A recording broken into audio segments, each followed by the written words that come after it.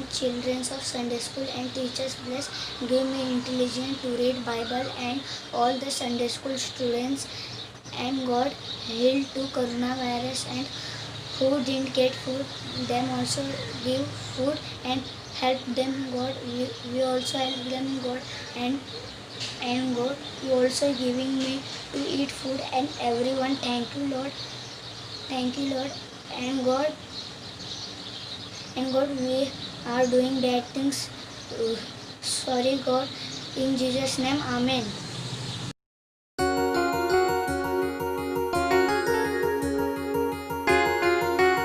येशू सारखा कोणी नाही, त्याच्या सारखा कोणी नाही.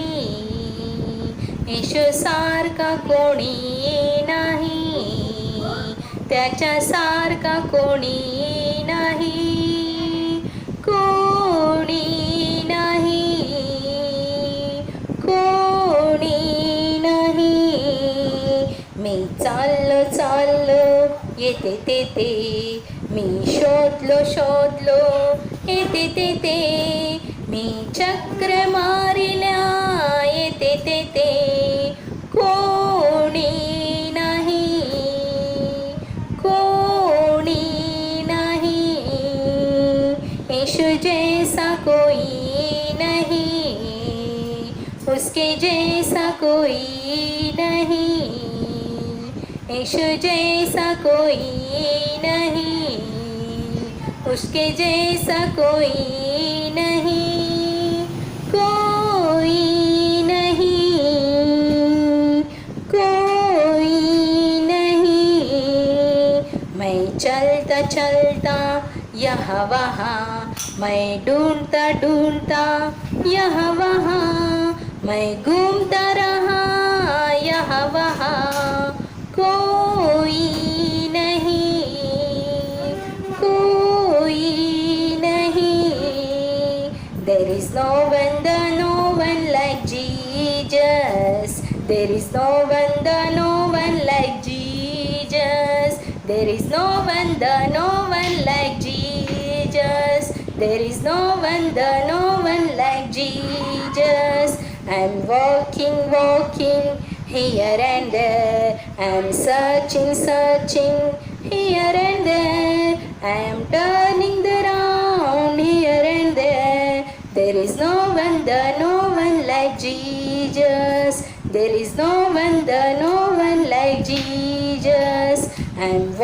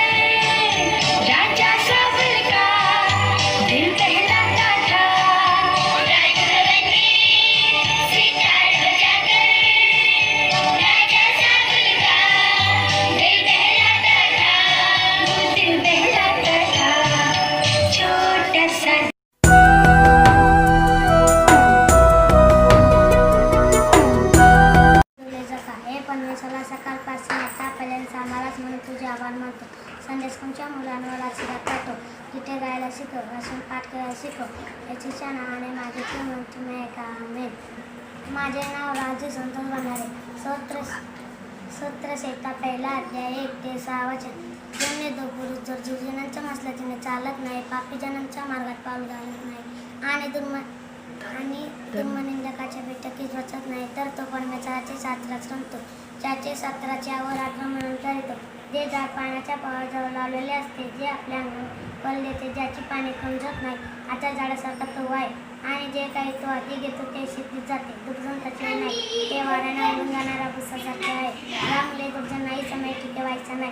पापीजन धार्मिकाच्या मंडळी उभे राहायचा नाही, कारण धार्मिकाचे आवश्यकम परमेश्वराला अवगत असतो, पण दुर्जनाचे आवश्यकम नष्ट होतो. स्तोत्र शेता 23 अध्याय 1 ते 6 वचन. परमेश्वर माझा मेंढपाळ आहे, मला काही उणे पडणार नाही. तो मला हिरव्यागार कुणात बसवितो, तो मला शांत पाण्याजवळ नेतो, तो माझा जीव ताजा तवाना करीतो. तो आपल्या नामस्थ मला नीती मार्गाने चालितो. मृत्यूच्या इच्छेदरीतेने मी जात असलो तरी कष्ट आहे तर देणार नाही, कारण तूच माझं बरोबर आहे. तुझी आकडी व तुझी काठी मला धीर देतात. तू माझ्या सुतीच्या देखत मज पुढे काठ काढितो. तू माझ्या डोक्याला तेलाचा आप्यान करीतो. माझे पात्र पाठोपाठ भरले आहे. खरोखर माझे आयुष्याचे सर्व दिवस मला कल्याण व दयाला लागतील, आणि मी परमेश्वराच्या घरात चित्कार राहील. संडे स्कूलच्या मुलांमुलींवर आशीर्वाद काटा. गीतं गायला शिकव. वचन पाठ करायला शिकव. येशूच्या नाव मागितले तुम्ही कामेल. माझं नाव अंजली संतोष भंडारे. स्तोत्र शेता 23 अध्याय 1 ते 6 वचन. परमेश्वर माझा मेंढपाळ आहे, मला काही उणे पडणार नाही. तो मला हिरव्यागार कुणात बसवितो, तो मला शांत पाण्याजवळ नेतो, तो माझा जीव ताजा तवाना करीतो. तो आपल्या नामस्थ मला नीती मार्गाने चालतो. मृत्यूच्या इच्छेदरीतून मी जात असलो तर कसल्याही आरिष्टात भिडणार नाही, कारण तू माझं बरोबर आहे. तुझी आकडी व तुझी काठी मला धीर देतात. तू माझं शेतीचं देखत मज पुढे आठवतो. तू माझ्या डोक्याला तेलाचा अभिषेक करतो. माझे पात्र पाठोपाठ भरले आहे. खरोखर माझ्या आयुष्यातील सर्व दिवस मला कल्याण द्यावे लागतील, आणि मी परमेश्वरच्या घरात चिरकार आहे. बायबलमधील alphabet: A for Almighty, B for Bible, C for Christ, D for Devil, E for Elia, F for Father, G for Gospel, H for Lollipop, I for Reason, J for Jack, K for Call, L for Lazar, M for Moses, N for No, O for Obadiah, P for Paul, Q for Question, R for R, S for Solomon, T for Timothy, U for Rudy, V for Vitaly, W for Visa, X for Xmas, Y for Will, J for the God.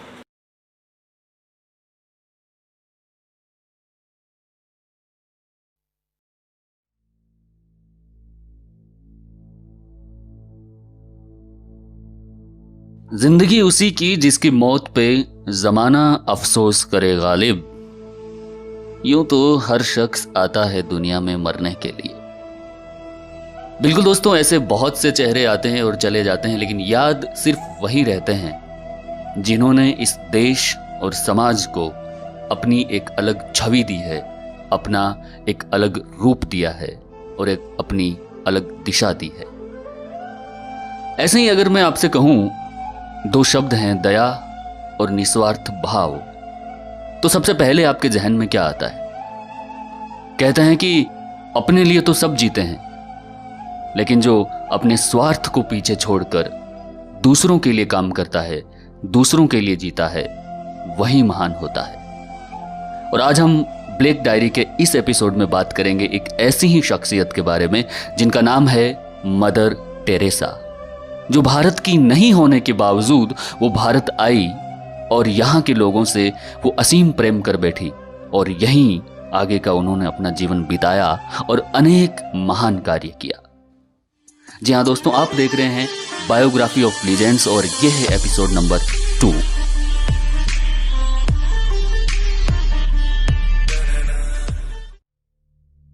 Mother Teresa, जिनका जन्म 26 अगस्त 1910 को Skopje में हुआ, जो कि अब मसेडोनिया में है। उनके पिता निकोला एक साधारण व्यवसायी थे, और जब वो मात्र 8 साल की थी तभी उनके पिता परलोक सिधार गए, जिसके बाद उनके लालन पालन की सारी जिम्मेदारी उनकी माता द्राना पर आ गई। वो 5 भाइयों में सबसे छोटी थी। वो एक सुंदर, अध्ययनशील और परिश्रमी लड़की थी।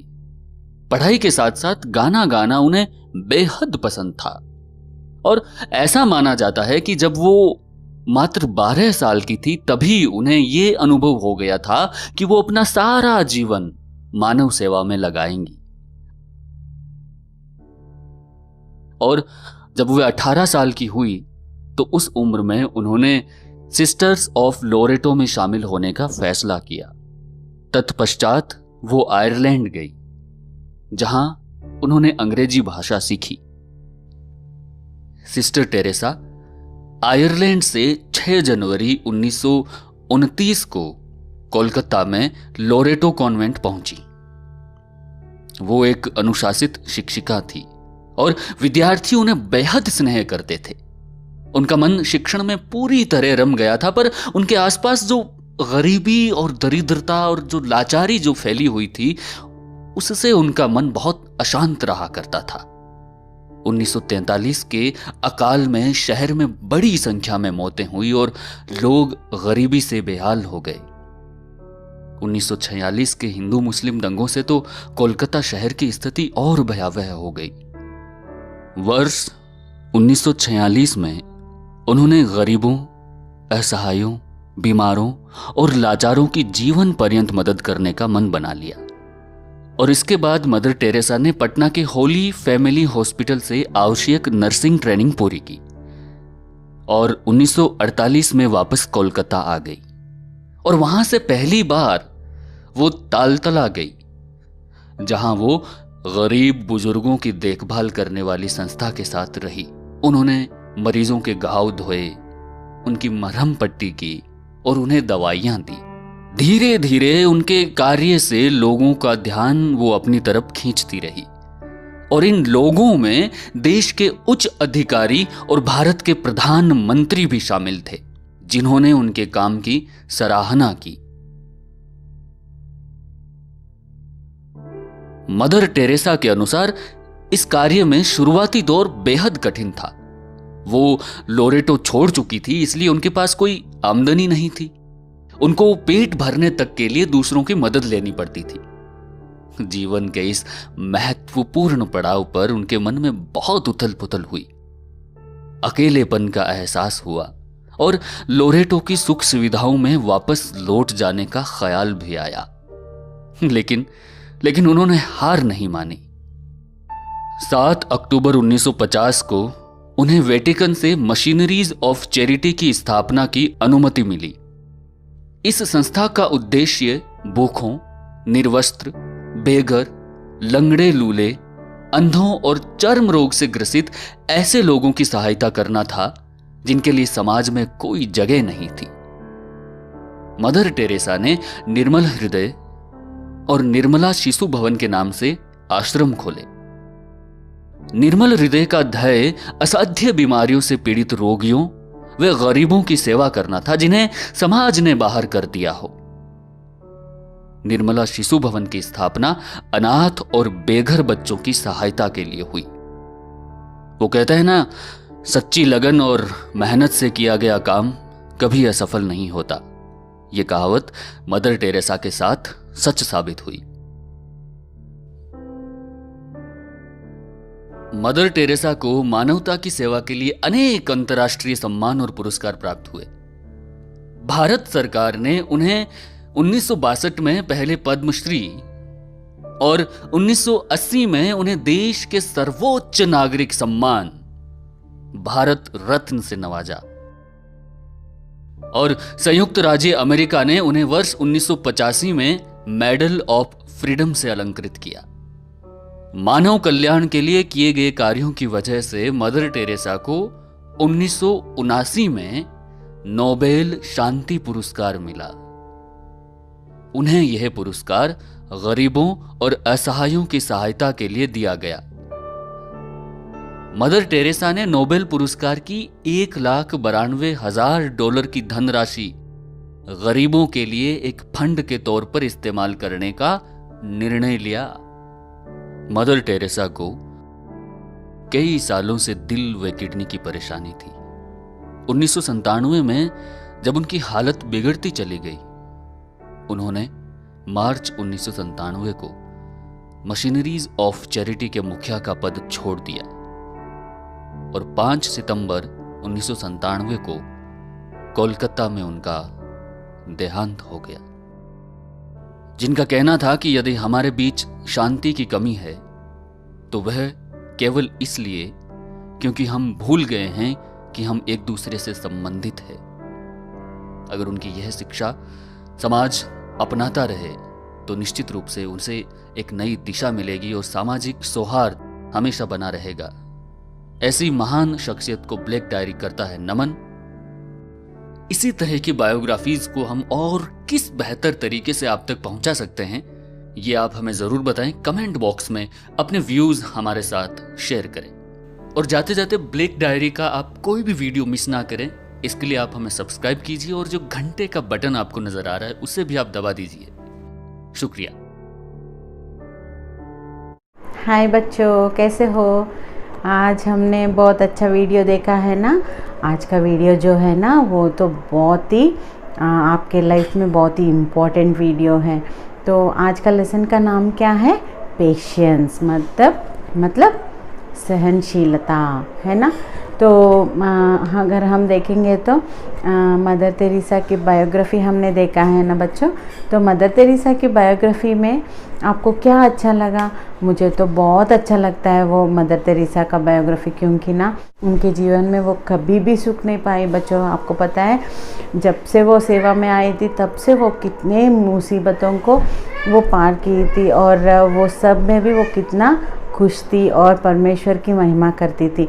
आपको पता है बच्चों, अभी हमने फ्रूट्स ऑफ स्पिरिट में क्या क्या लेसन्स देखे हैं? लव, पीस, जॉय, आज पेशेंस देखा है ना। ये 4 फ्रूट्स ऑफ स्पिरिट हमें किस में दिखाई देते हैं पता है? ये मदर तेरेसा में। वो जो गरीब हैं और जो बीमार हैं उनको कितना प्यार करती थी पता है बच्चों।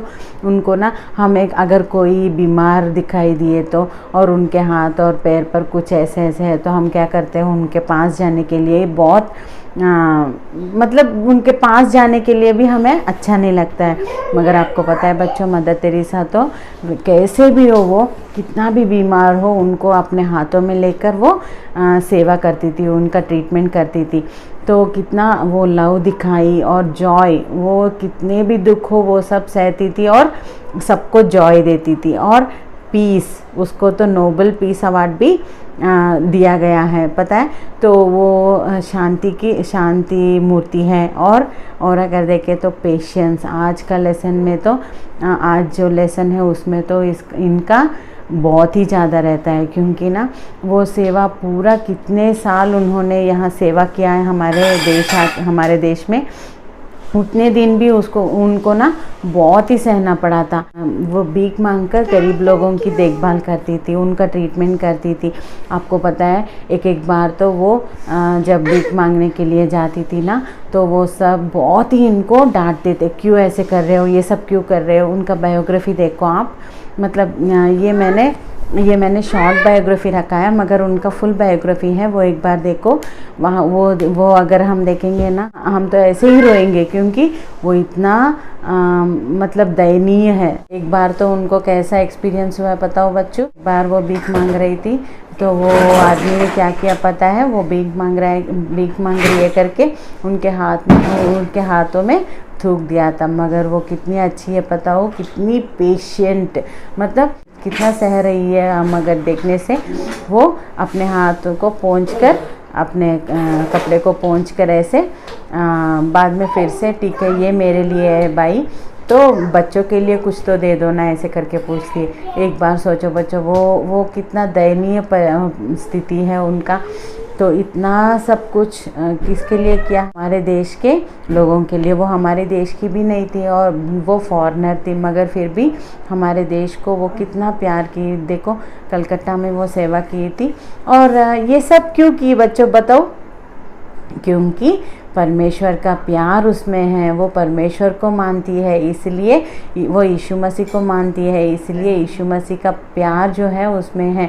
वो वही बोलती थी, यीशु मसीह हमसे प्यार करके इस जगत में आए, तो हमें प्यार करना, सिर्फ प्यार कर रहे ऐसे दिखाने से नहीं होता है। प्यार करना मतलब कार्य करना है। तो मैं इसीलिए यीशु मसीह हमें जैसे प्यार किया, मैं भी वैसे ही सब मनुष्यों को प्यार करूंगी करके वो प्यार दिखाई थी।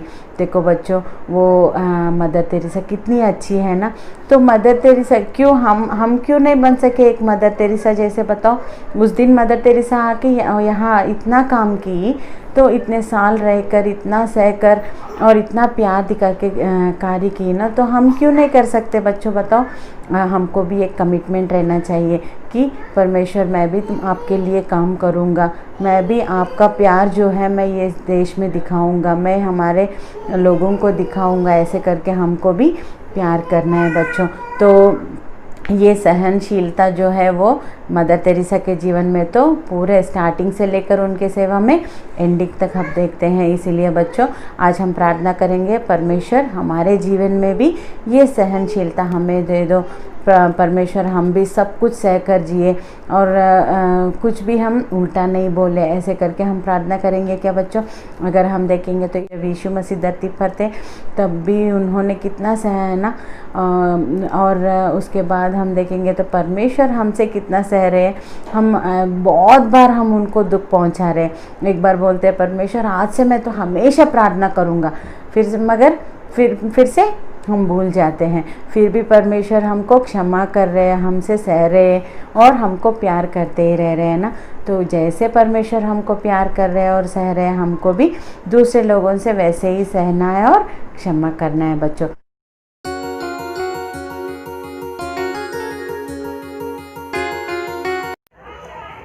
हेलो बच्चों, कैसे हो आप सब?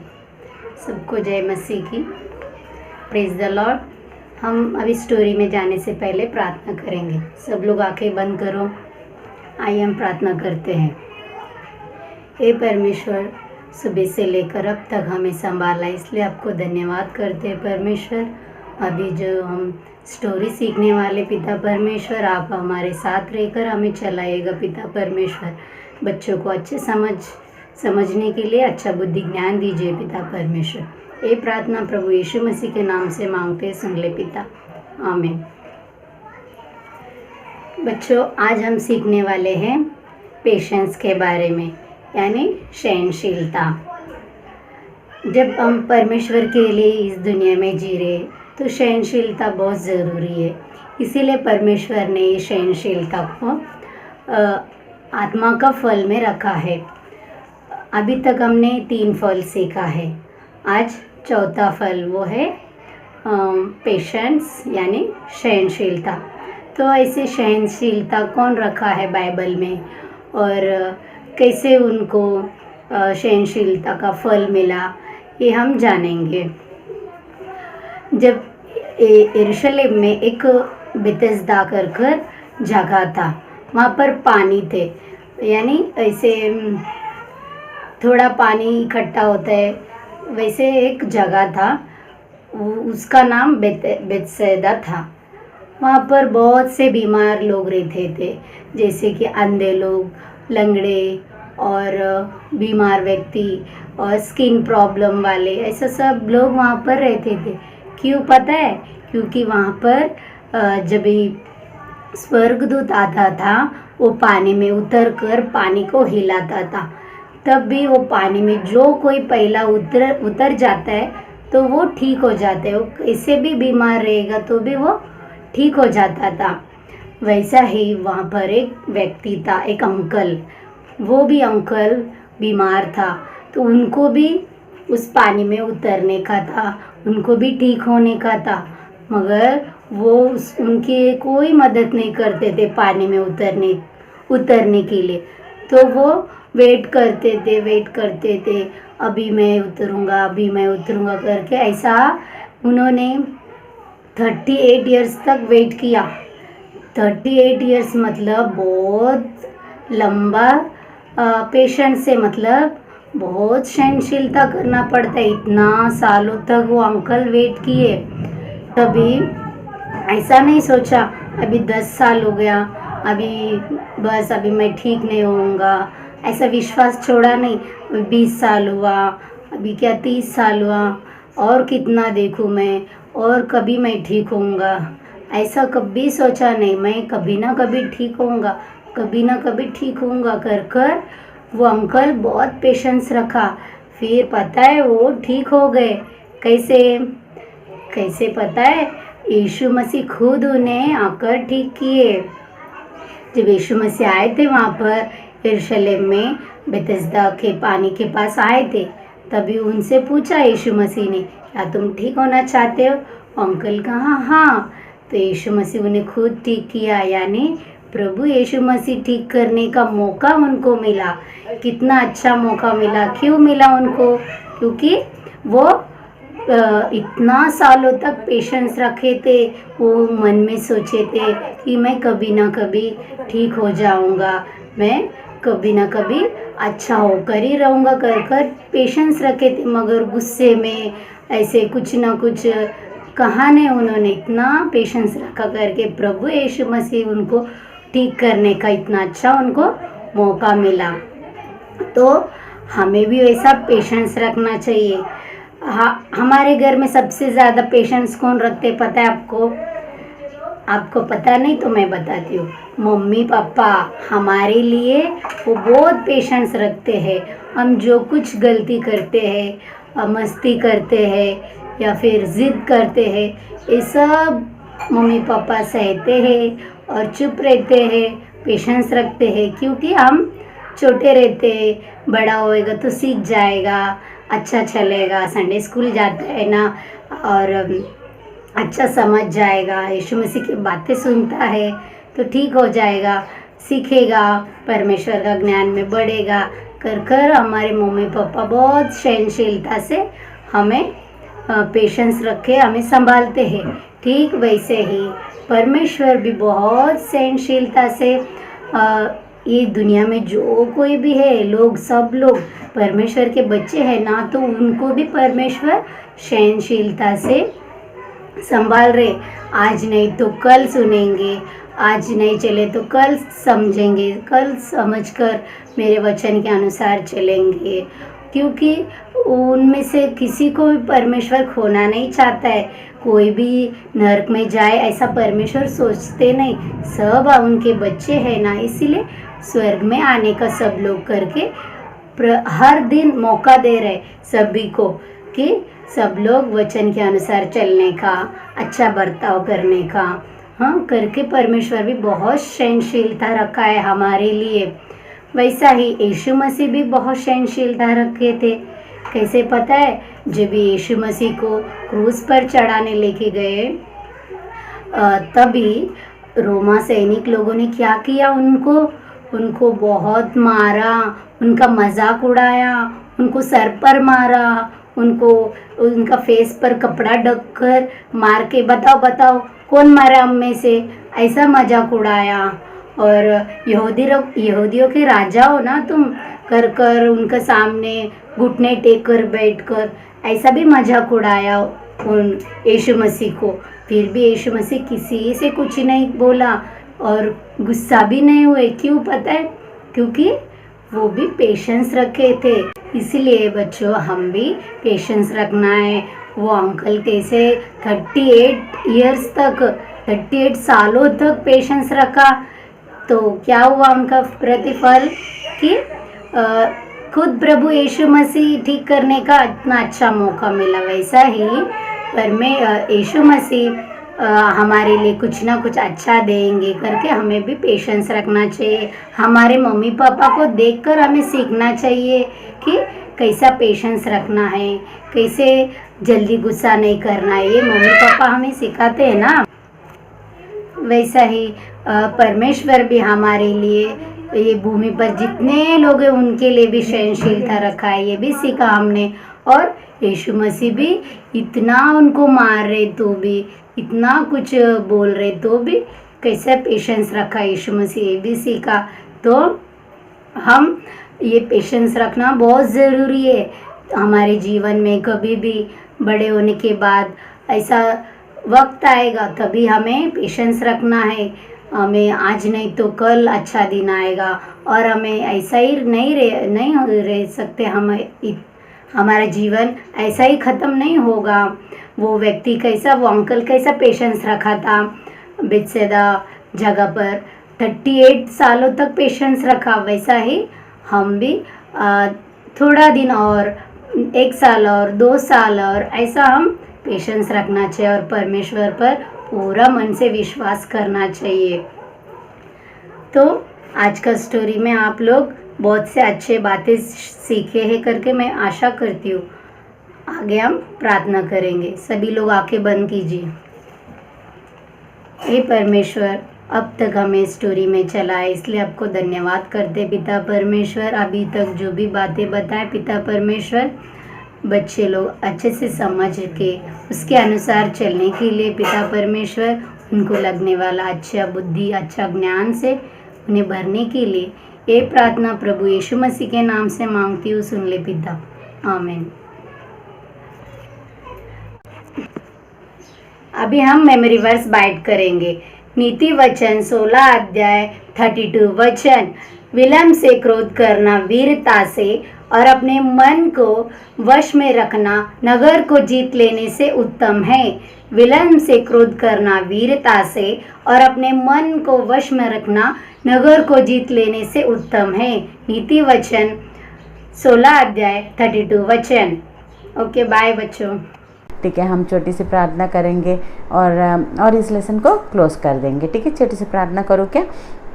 प्रिय परमेश्वर, हम आपके धन्यवाद देते हैं प्रभु जी। आज का जो लेसन आपने हमें सिखाया उसके लिए धन्यवाद प्रभु जी। और प्रभु जी, आज जो लेसन है पेशेंस, वो उसके लिए धन्यवाद प्रभु जी। और मदर तेरेसा के जीवन के लिए भी हम आपसे धन्यवाद दे रहे प्रभु जी। उनके तरह हम भी जी सके वैसे आप हमारी मदद करो प्रभु जी। और प्रभु जी, हम सबको सह सके ताकि हम सबसे प्यार कर सके प्रभु जी। जैसे आप हमसे प्यार कर रहे हो और हमको सह रहे हो, वैसे ही हम भी दूसरे लोगों से प्यार करते हो, उनको सहने के लिए आप हमारी मदद करो प्रभु जी। ये छोटी सी प्रार्थना यीशु मसीह के नाम से दे रहे हैं, सुन और ग्रहण करो पिताजी, आमीन। सबको जय मसीह की, आमीन।